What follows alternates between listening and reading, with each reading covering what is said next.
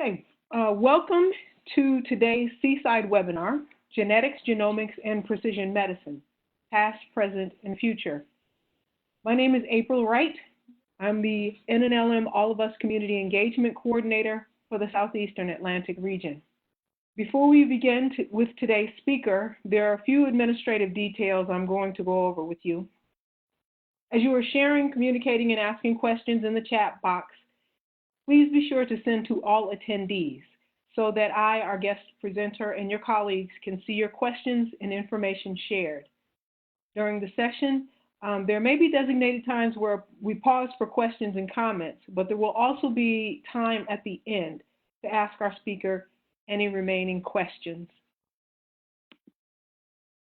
If you need closed captioning for today's webinar, I have put the link in the chat box.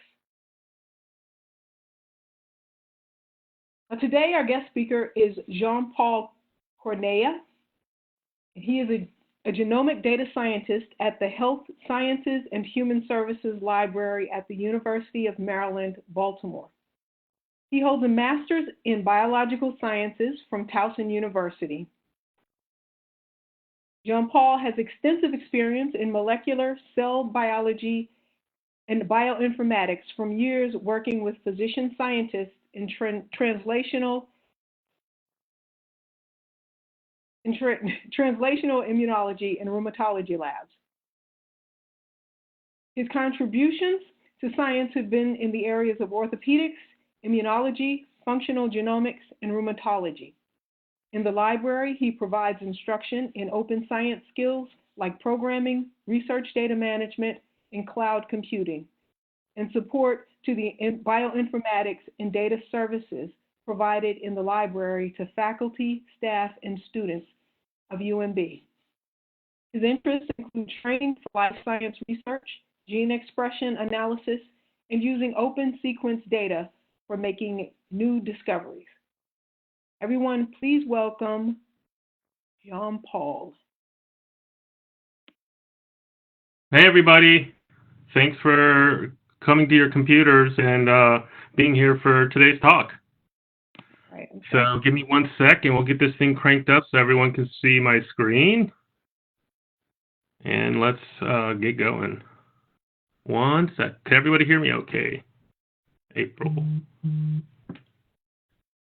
All right, here we go.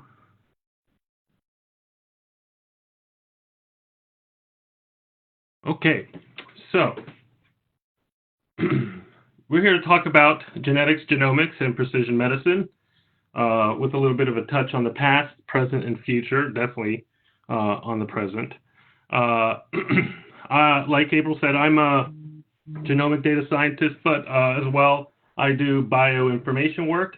And in my role, I bridge the world of biologists and bioinformaticists in hopes of finding out from the both of them how to communicate. So let's talk about genetics. So genetics is the study of genes, and no conversation about genetics should ever happen without an obligatory slide of Gregor Mendel. Human genetics and molecular medicine are scientific fields that evolved during the last century. Gregor Mendel was a scientist and Augustinian friar working in Bjorn, Moravia, which is modern-day Czech Republic, in the 19th century. And he was the first to study genetics scientifically. Mendel studied trait inheritance, which are patterns in the way traits are handed down from parents to offspring. He observed that organisms, specifically pea plants, inherit traits by way of discrete units of inheritance. This term, still used today, is a somewhat ambiguous definition of what is referred to as a gene. It's these studies that mark the start of modern genetics. And while many of us know about Mendel and his pea plants, lesser is known and obscured from history until the late 90s is Imre Festetics, who was a Hungarian sheep breeder, also from Moravia, Many of the central principles, the discipline of genetics, were formulated by Imrie through the study of sheep. Imrie formulated a number of rules of heredity and was the first to refer to these as genetic laws of nature. If Mendel is the father of genetics, in this context, phestetics has a strong claim grandfather, having introduced the term genetic as early as 1819. With a few exceptions, phestetics is rarely mentioned in contemporary scientific literature or in books addressing the history of genetics. Nonetheless, he made an enormous contribution to the intellectual context in Bioinformatics, from which Mendel's interest in heredity and hybridization arose. Mendel, while undoubtedly highly talented, was more than likely not a lone genius, any more than phestetics was. Both men were part of a scientific community, effectively a research network, engaged in solving the problem of heredity. To the right of phestetics is William Bateson. He's an English biologist who was the first person to use the term genetics to describe the study of heredity and the chief popularizer of the ideas of Gregor Mendel following their rediscovery in 1900 by Hugo de Vries and Carl Correns.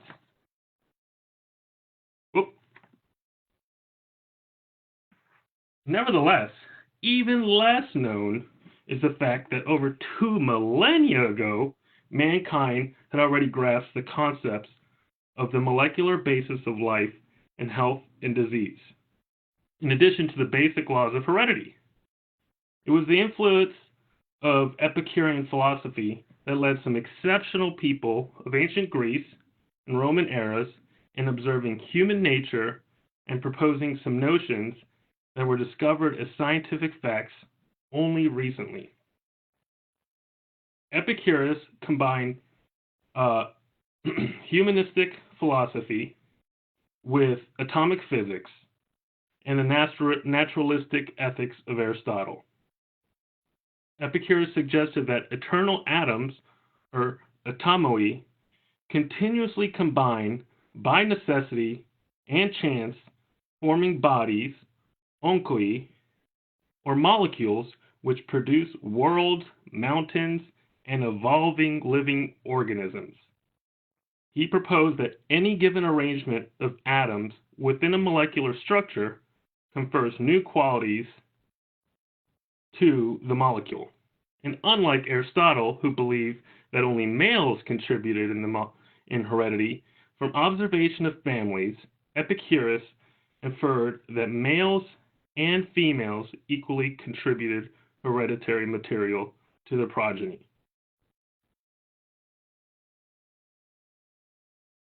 Following the influence of Epicurus and other scientists, Charles Darwin proposed that all species of life have descended over time from common ancestors. This branching pattern of evolution resulted from a process that he called natural selection, in which the struggle for existence has a similar effect to the artificial selection involved in selective breeding. Darwin's scientific discovery is a unifying theory of the life sciences, explaining the diversity of life. So now that we have that brief background on genetics, naturally we want to know, well, what is a gene? Well, first, it's a definition, and that definition has 2 branches. In biology, we think of a gene as a unit of heredity, which is transferred from a parent to offspring and is held to determine some characteristic of the offspring. In technical terms, a gene is a distinct sequence of nucleotides forming part of a chromosome, the order of which determines the order of monomers in a polypeptide or nucleic acid molecule which a cell or virus may synthesize. Let's break that down a little more. But before so, we'll jump in our time machine real quick and talk about this dude, This is Wilhelm Johansen.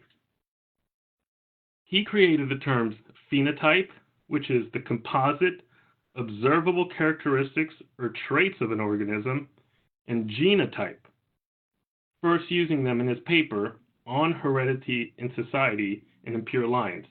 That's of peas. And in his book, The Elements of Heredity, which was rewritten in German, he introduces the word gene in 1905. Oop. So what are genotypes and phenotypes? A genotype is an organism's full hereditary information, and a phenotype is an organism's actual observed properties. One can know about genotype by observing DNA, the molecule. One can know about phenotype by observing outward appearance of an organism. Genotype and phenotype are not always directly correlated, however. Some genes only express a given phenotype in a certain set of environmental conditions, and conversely, some phenotypes could be the result of multiple genotypes. The genotype is commonly mixed up with phenotype, which describes the end result of both the genetic and environmental factors giving the observed expression, like blue eyes or purple petals on a pea plant. So here, the illustration shows a genotype as distinct from phenotype by the flower color in the peas. We see three available genotypes: PP, big P, which is homozygous dominant; big B, little b, which is heterozygous; and little b, which is homozygous recessive. All three have different genotypes, but as you see, the first two have the same phenotype, purple, as distinct from the third, which is white.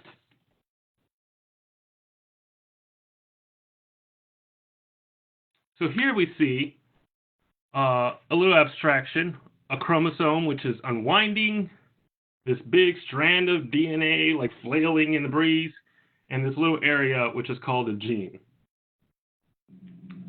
So back to what a gene is. A gene is a basic physical and functional unit of heredity. Genes are made up of DNA. Some genes act as instructions to make molecules and proteins, molecules called proteins. However, many genes do not code for proteins. In humans, genes vary in size from a few hundred DNA bases to sometimes more than 2 million bases. The Human Genome Project estimated that humans have somewhere between 20 and 25,000 genes. Every person has 2 copies of each gene, one inherited from each parent. Most genes are the same in all people, but a small number of genes, less than 1% of the total, are slightly different between people. Alleles are forms of the same gene with small differences in their sequence of DNA bases. These small differences contribute to each person's unique physical features, and scientists keep track of genes by giving them unique names.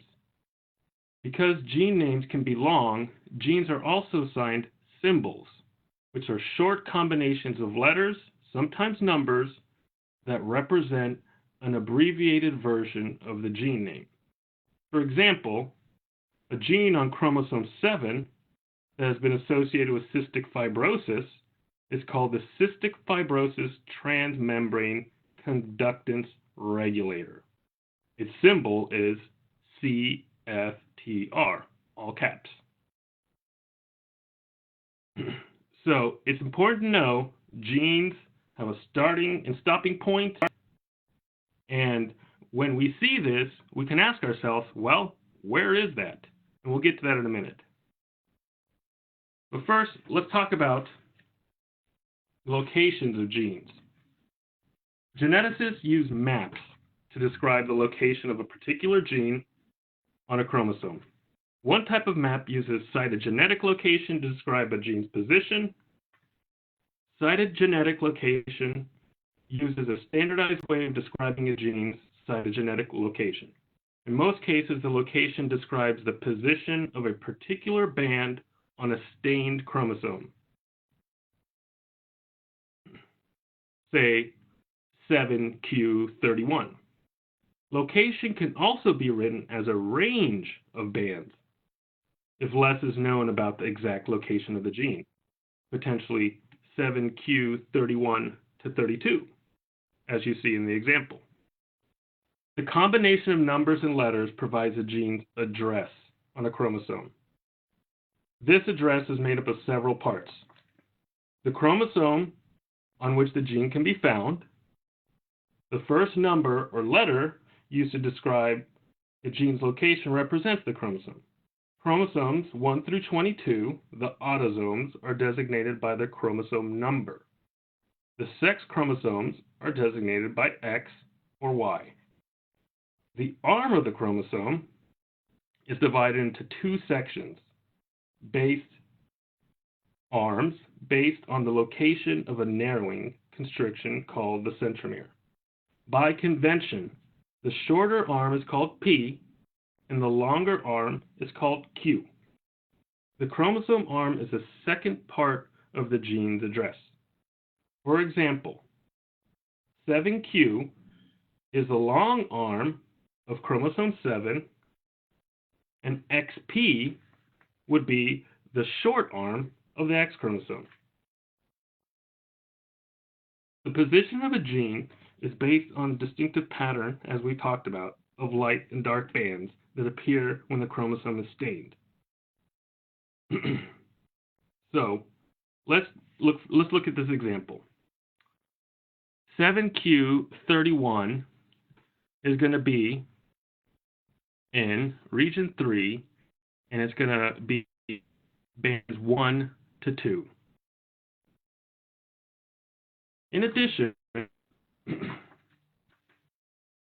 there's also a molecular location. Here we go. This other type of map uses a precise description of a gene's position on a chromosome. This molecular location is based on the sequence of DNA building blocks or base pairs that make up the chromosome. Molecular location shows us the start and stop areas of a gene and many other features. And remember that the gene's molecular address pinpoints the location of that gene in terms of base pairs. It describes the gene's precise position on a chromosome and indicates the size of the gene. So knowing the molecular location will allow a researcher to determine exactly how far a gene is from other genes on the same chromosome. So a gene is going to be expressed based on many features that are embedded in this molecular location. This drawing right here shows us some of those regions. Not only do you have the coding region, or the part of the gene that actually gets expressed into proteins, but many other non-coding regions and non-expressed regions.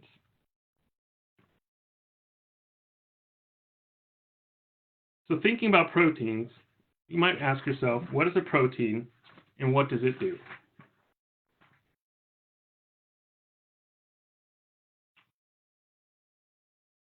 Proteins are large, complex molecules that play many critical roles in the human body. They do most of the work in cells and are required for the structure, function, and regulation of the body's tissues and organs. Proteins are made up of hundreds or thousands of smaller units called amino acids, which are attached to one another in long chains.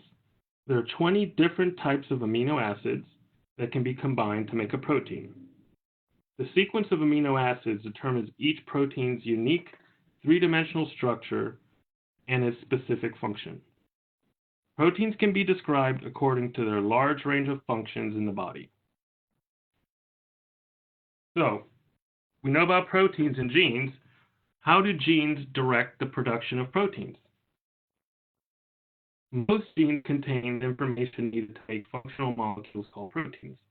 a few genes produce other molecules that help the cell assemble those proteins. The journey from gene to protein is complex and tightly controlled, using a lot of those regions we saw on the previous slide.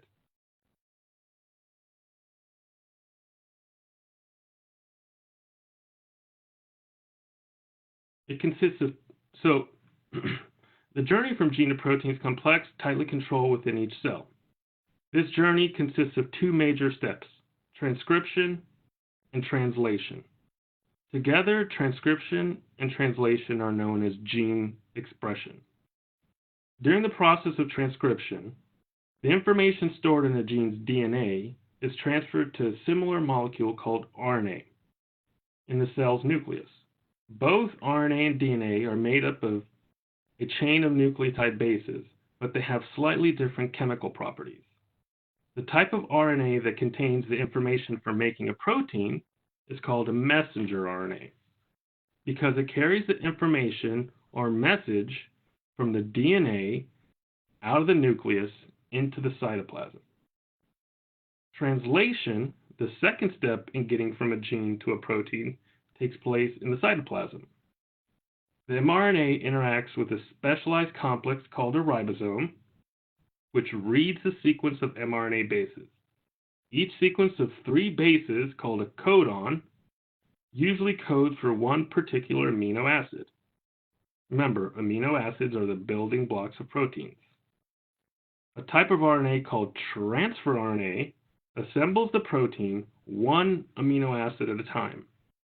Protein assembly continues until the ribosome encounters a stop codon, as we see at the end, the stop codon.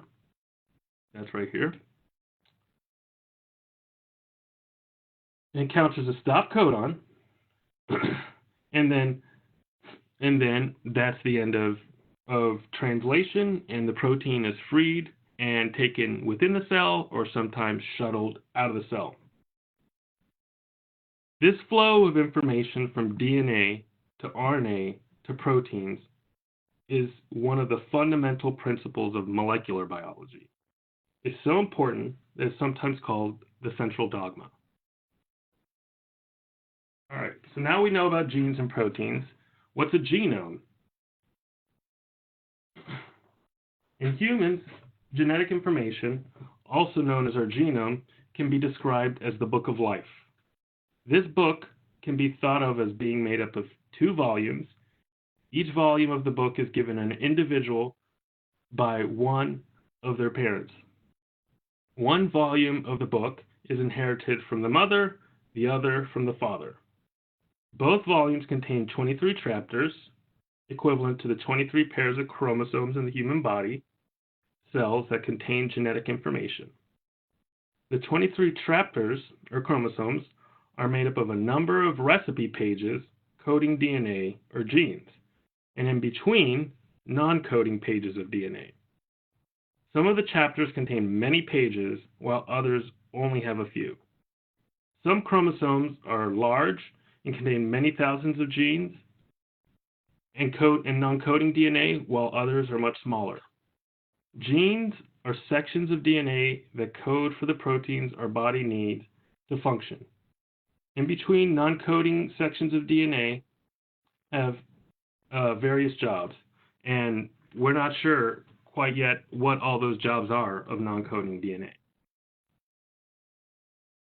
So, why the need to sequence our genomes? Sequencing an organism's genome gives a comprehensive view of this information, with which we can better understand evolution, development, and biological functions. Sequencing the human genome has helped researchers to identify important genes and genetic sequences, to better understand their role in disease and investigate our origins, using variations or mutations in the DNA sequence. The first project to sequence the genome for humans was the Human Genome Project. The goals were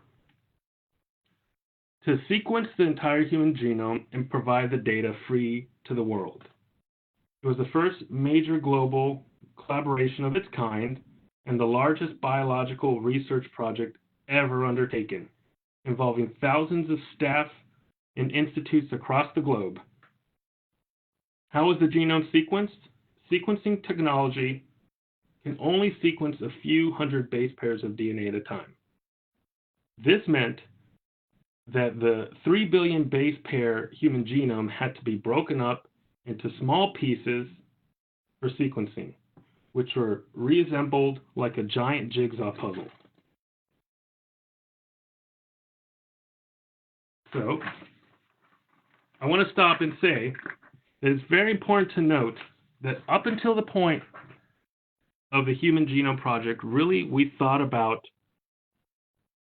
genomics as a single gene practice. And science at the time was very, very productive. And we really, up until that point, had generated the majority of our understanding of genes at the single level and all of their properties and how they interact. But we didn't know their full context.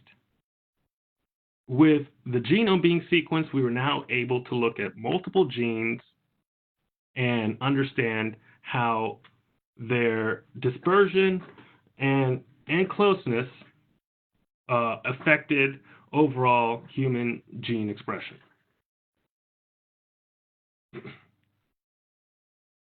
So, what is sequencing then?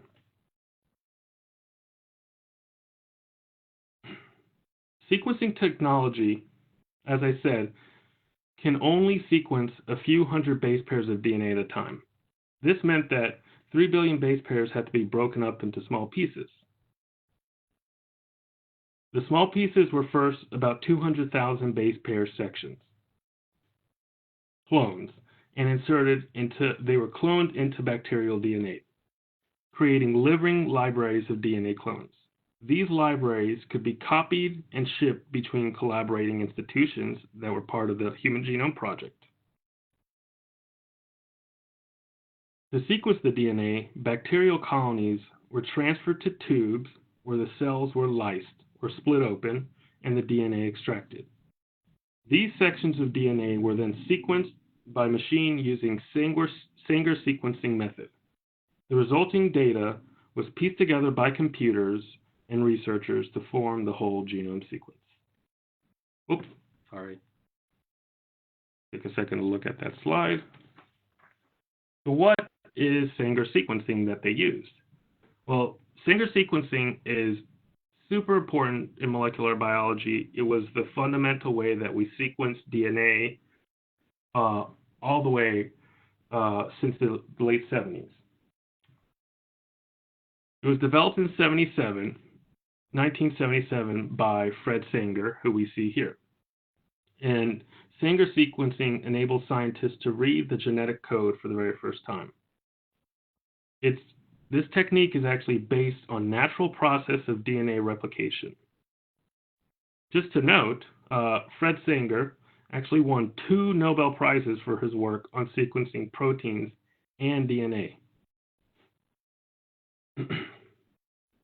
So for the technique, new strands of DNA are synthesized using an existing strand as a template, as we see here, the green template strand. During the replication, many new radioactively labeled DNA strands are created using terminator bases. Each strand can be replicated then at different lengths. So what happens is, in the growing strand, the terminator nucleotides are added in randomly, therefore cutting off the growth of the DNA strand and causing multiple size fragments of DNA corresponding to different lengths of sequence. So, after having those different sequenced, those different fragmented DNAs, we use electrophoresis to separate the DNA fragments according to size. The DNA fragments were then loaded into a gel, and then an electrical current is passed through it. This pulls the DNA through the gel, with small fragments moving further along the gel than larger fragments. An X-ray image of the gel, called an audioradiogram, can then be made to visualize the sequence of DNA. In the early days, scientists actually had to read the sequence of DNA, A's, C's, G's, and T's, off the radiogram by hand. Each base was in a separate lane, and the audioradiogram was read from the bottom up. Lowest base first, the highest base last. The data was then manually entered into a computer. So as you can imagine, this was an extremely laborious process.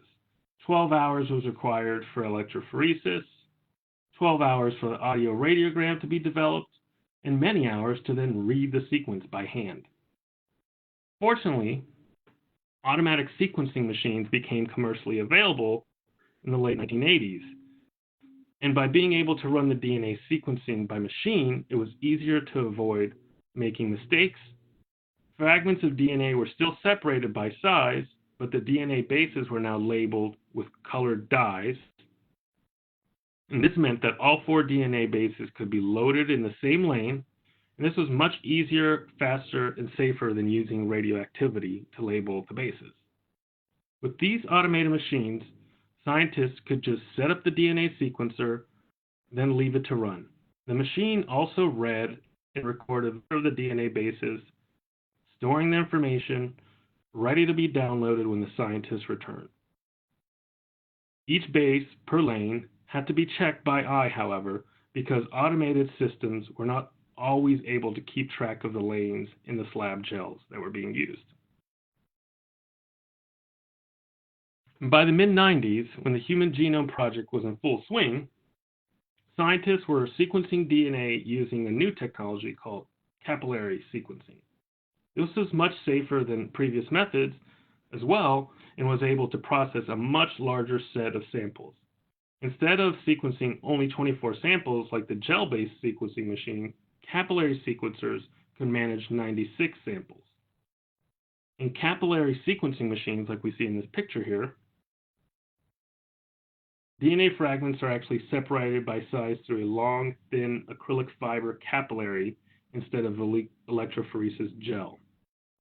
A fluorescence detecting laser built into the machine then shoots through the capillary fiber, making color tags on the DNA bases fluoresce each time they pass by the laser.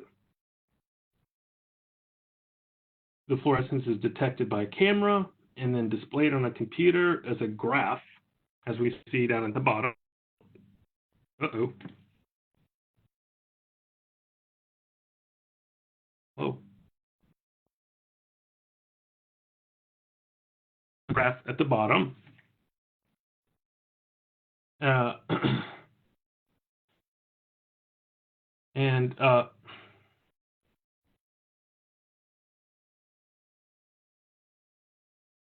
The small diameter of the capillary allowed for the use of extremely high electrical fields and consequently very rapid separation of DNA sequencing fragments. Importantly, capillaries are also easily incorporated into automated instruments, allowing for use of robots to perform liquid handling tasks of experiments, making them very useful during the Human Genome Project when they really ramp up in use. With capillary sequencing, a single lab technician could service dozens of instruments at once, and it was no longer necessary to check each lane by eye as the DNA was contained within the capillary fiber. Both of these features help remove a huge bottleneck from the sequencing process. So you may have heard of next-gen sequencing.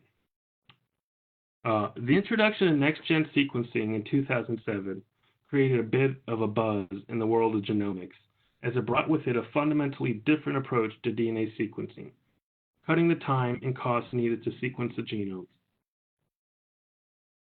For next-generation sequencing, aka next-gen sequencing, second-gen sequencing, the principles are in some ways similar to capillary sequencing, where the bases of a small section of DNA are identified and recorded. However, rather than being limited to just a few DNA fragments, next-gen sequencing extends this process so that millions of samples can be sequenced all at the same time. For this reason, it's sometimes called massively parallel sequencing.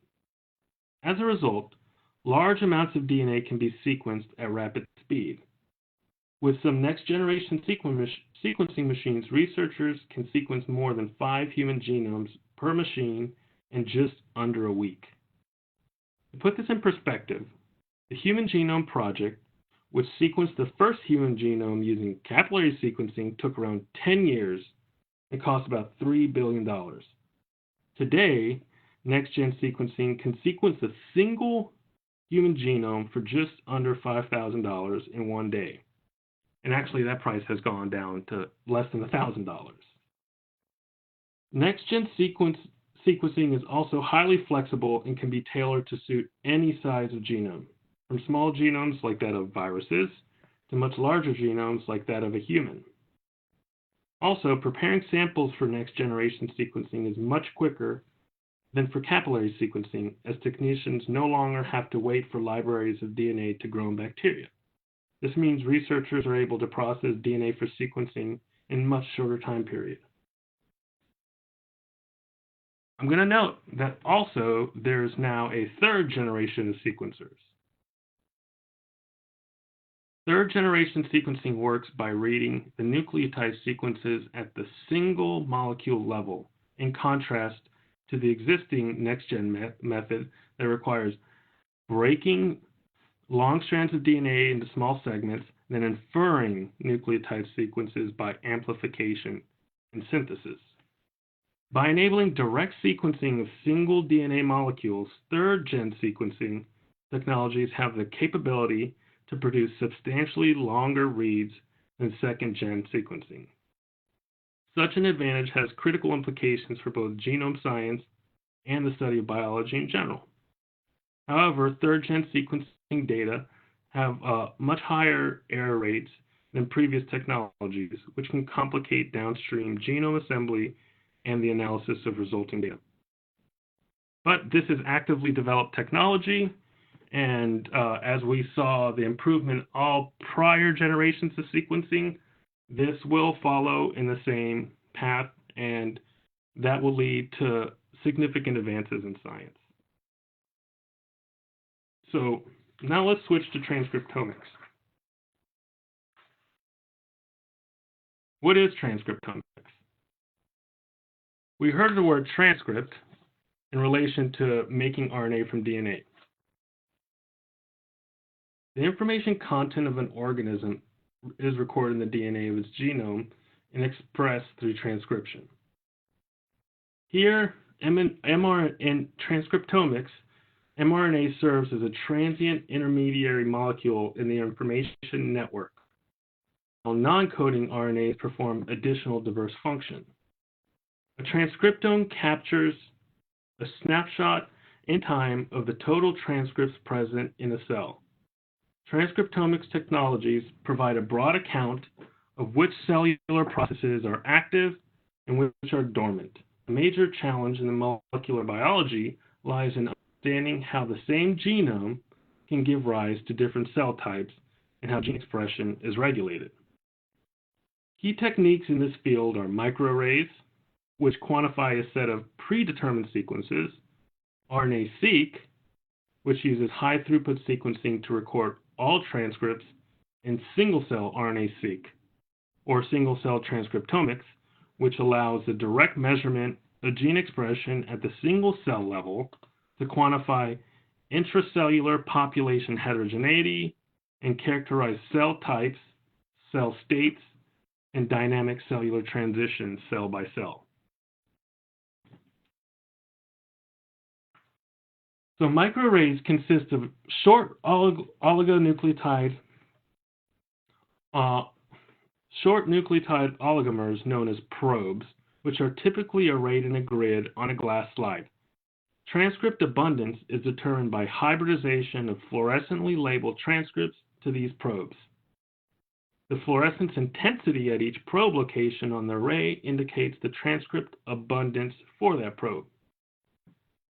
Microarrays, however, require some genomic knowledge from the organism of interest, for example, in the form of annotated genome sequences or a library of ESTs that can be used to generate the probes for the array.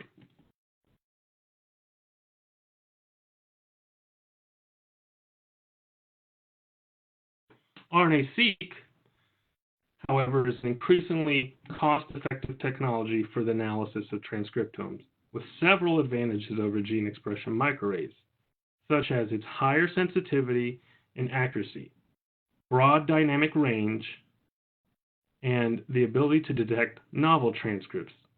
So that means things that we didn't know the sequence for prior to doing the sequencing. That includes non-coding RNAs, and we're going to be able to see this at single nucleotide level resolution. The high cost of the equipment for next-gen sequencing is really not an issue anymore, since the intermediate part of the analysis, which is the sequencing, can be done by commercial or core lab service.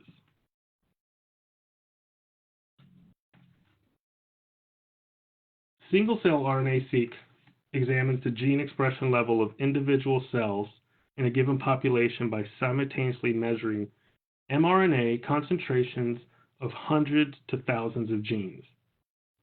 The unraveling of heterogeneous cell populations, reconstruction of cellular developmental trajectories, and modeling of transcriptional dynamics, or how transcripts change through time or spatially, were all previously masked in bulk transcriptome measurements.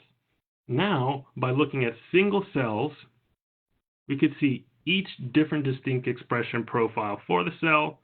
We can cluster cells based on similarities and get great insight into cell populations and how transcripts are being expressed dynamically.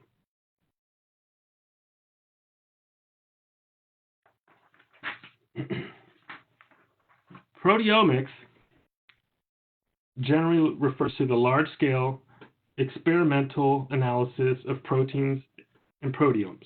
A proteome is a set of proteins produced in an organism, system, or biological context. We may refer to, for instance, the proteome of a species, for instance, a human, or an organ, like the liver. The proteome is not constant. It differs from cell to cell and changes over time. To some degree, the proteome reflects the underlying transcriptome. However, protein activity, often assessed by reaction rate of the process in which the protein is involved, is also modulated by many factors in addition to the expression level of the relevant gene. Proteomics is used to investigate when and where proteins are expressed, rates of protein production, degradation, and steady-state abundance, how proteins are modified, such as post-translational modifications, such as phosphorylation, the movement of proteins between subcellular compartments, the involvement of proteins in metabolic pathways, metabolomics, and how proteins interact with each other. Proteomics can provide significant biological information for many biological problems, such as which proteins interact with a particular protein of interest, such as a tumor suppressor gene, which proteins are localized to a certain subcellular compartment, like mitochondria, and which proteins are involved in a certain biological process. Several high-throughput technologies have been developed to investigate proteomes in depth. However, the most commonly applied are mass spec, or mass spectrometry, MS, such as tandem MS, and gel-based techniques such as differential in-gel electrophoresis. These high-throughput technologies generate huge amounts of data, and databases are critical for recording and carefully storing this data, allowing the researcher to make connections between the results and existing knowledge.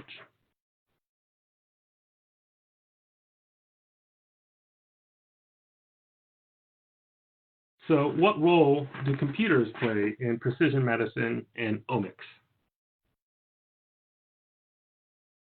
Molecular life sciences has become increasingly data-driven by and reliant on data sharing through open access databases. This is as true of the applied sciences as it is of fundamental research. Furthermore, it's not necessary to be a bioinformatician to make use of bioinformatics databases. methods, and tools. However, as a generation of large data sets becomes more and more central to biomedical research, it's becoming increasingly necessary for every molecular life scientist to understand what can, and importantly, what cannot be achieved using bioinformatics, and to be able to be working with bioinformatics experts to design and analyze and interpret your experiment. There are a small number of bioinformatics centers of excellence worldwide that you should note that have taken on the responsibility to collect, catalog, and provide open access to published biological data. Among these centers are the EMBL, EBI, which is the European Bioinformatics Institute, the NCBI, National Center for Biotechnology Information, and the National Institute of Genetics in Japan, the NIG. Their collaborative work began in the 80s when DNA sequence data began to accumulate in the scientific literature. EMBL Data Library, now the European Nucleotide Archive, was developed to store DNA sequences published in scientific literature. NCBI's GenBank and NIG's DDBJ followed.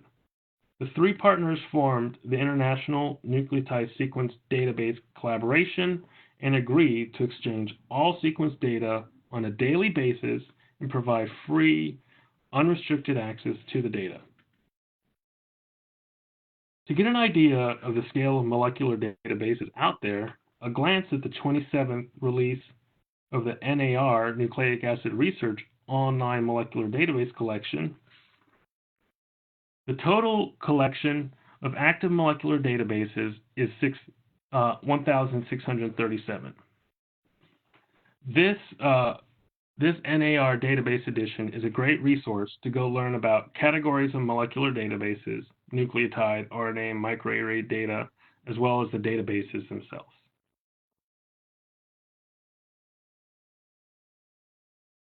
The use of bioinformatics is ubiquitous within life sciences. And while advances in sequencing promise to shed light on our understanding of human health and disease, the right bioinformatics software tools and approach are imperative.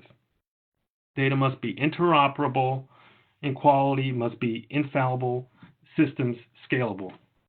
I've chosen to show off these particular software because open science resources like R and Python and Linux allow for anyone unrestricted to have means of computing.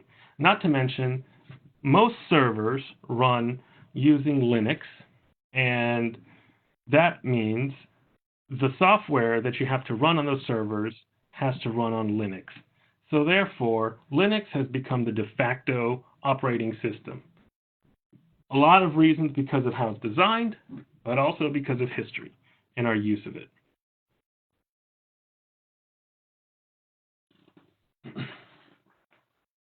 All right, so if I haven't made myself absolutely clear at this point, I'm going to say it again. Sequencing and omics produces massive amounts of data. Searching for information in genomic databases is frequently described as searching for a needle in a haystack. Searching for information in multiple petabase pair databases means the scientists are searching for very small needles in very, very large haystacks. Because of the complexity of genomic studies and the need to enroll patients in geographically dispersed labs, collaboration on large-scale genomic sequencing projects across multiple sites is quite common. Before computational analysis begins, all relevant data is gathered at whichever site has the requisite computing capacity and expertise.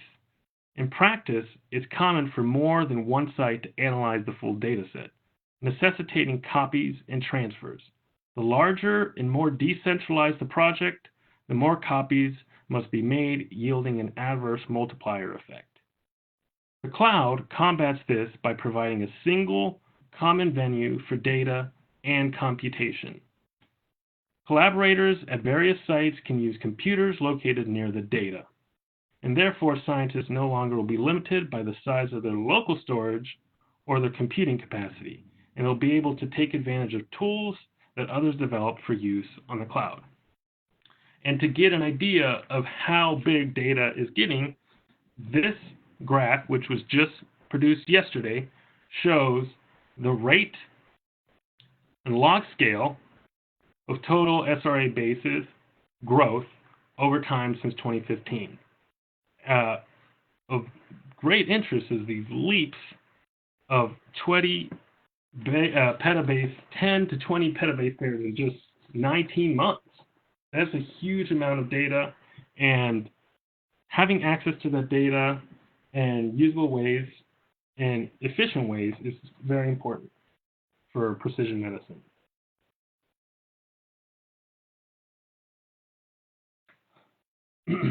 All right. So genetics, genomics, and precision medicine show up in everyday life in our workplace. For example, here we see Apple offering genetic tests meant to screen for inherited disease or risks of health complications. And the test can be expensive. A standard test that is being provided for Apple employees costs nearly $300, and the test can scan for gene mutations and can predict increased risk of cancer or heart disease, and also provide information on a person's ancestry. So Apple says that they won't have access to the workers' genetic test results, even though they're subsidized and carried out by Apple's wellness clinics. So, however, the question then rises, ethically, what role and decisions do we have to make about how our data is going to be available? The future. So what is the future of medicine? I'm going to just focus on these three areas. Everybody's heard of AI and machine learning. This allows us to use existing data to model natural phenomena and make decisions based on those models. For instance, image analysis to determine a tumor can be analyzed, and based on the tumor and physical orientation, best surgical approach can be made using AI, machine learning, to help the decision-making process. Blockchain is a public ledger of information collected through a network that sits on top of the internet. It's how this information is recorded that gives blockchain its groundbreaking potential. Blockchain technology is not a company, nor is it an app, but rather an entirely new way of documenting data on the internet. The information recorded on the blockchain can take on any form, whether it be denoting a transfer of money, ownership transaction, someone's identity, an agreement between two parties, or even how much electricity a light bulb is used. However, recording this information requires a confirmation from several devices, such as computers on a network. Once an agreement, otherwise known as consensus, is reached between these devices to store something on a blockchain, it's unquestionably there. It can't be disputed, removed, or altered without the knowledge and permission of those who made that record, as well as the wider community. So, thinking about how science needs extremely large numbers of genomic data sets, healthcare data sets, and means to operate, using a decentralized version of management information might be a benefit. And in the future, we'll have hubs of decentralized information that we control ourselves instead of a centralized place like a government database or some company's database holding on to our personal information. We become the ones in charge of it. We'll finish today on the thought of using DNA as a computer. So, a DNA computer is a nanocomputer that uses DNA to store information and perform complex calculations. The main benefit of using DNA computers is to solve complex problems that have different possible solutions. So, This is known as parallel processing. Humans and most electronic computers must attempt to solve the problem one process at a time. DNA, however, will allow for multiple computations in parallel. So who knows? Maybe we'll have storage mechanisms in the future that are very low cost because they run on natural processes that DNA has built into it itself. Okay, so thank you. And if anybody has questions, I will turn control back over to April. April, I hope you're there.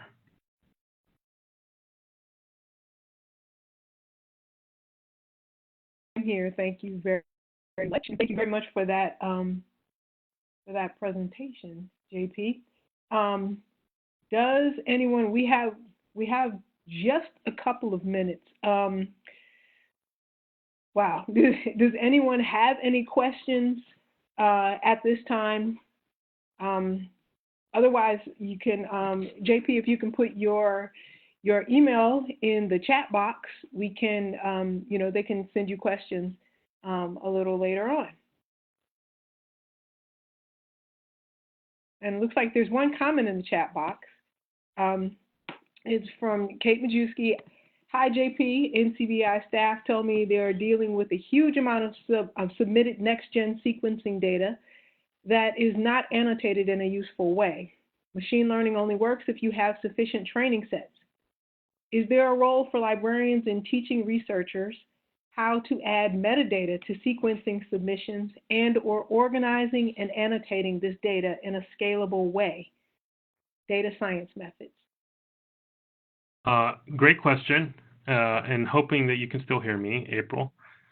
Yep. Absolutely. I think that dealing with information, structured information, metadata is a role that libraries have excelled at and are like de facto experts. So absolutely, I in my routine interactions with researchers have worked with them to complete their submissions to, for instance, SRA for submitting their RNA sequencing data. So that involves annotation of the data set, and there's a lot of fields that can be filled in, and completely filling out the metadata record for a sequence submission is going to increase the value of the data. We talk a lot about how important it is to add metadata to our data because that is going to allow it to become more machine readable. And we need that. So we need machine readability because you can't take advantage of machine learning, which is a computational task, without having information that the machine itself can read. But it's also possible that as technology develops, with NLP specifically, we'll be able to work with broad vocabularies and the technology to read through metadata records to be able to extract information and make potentially machine unusable content more machine usable.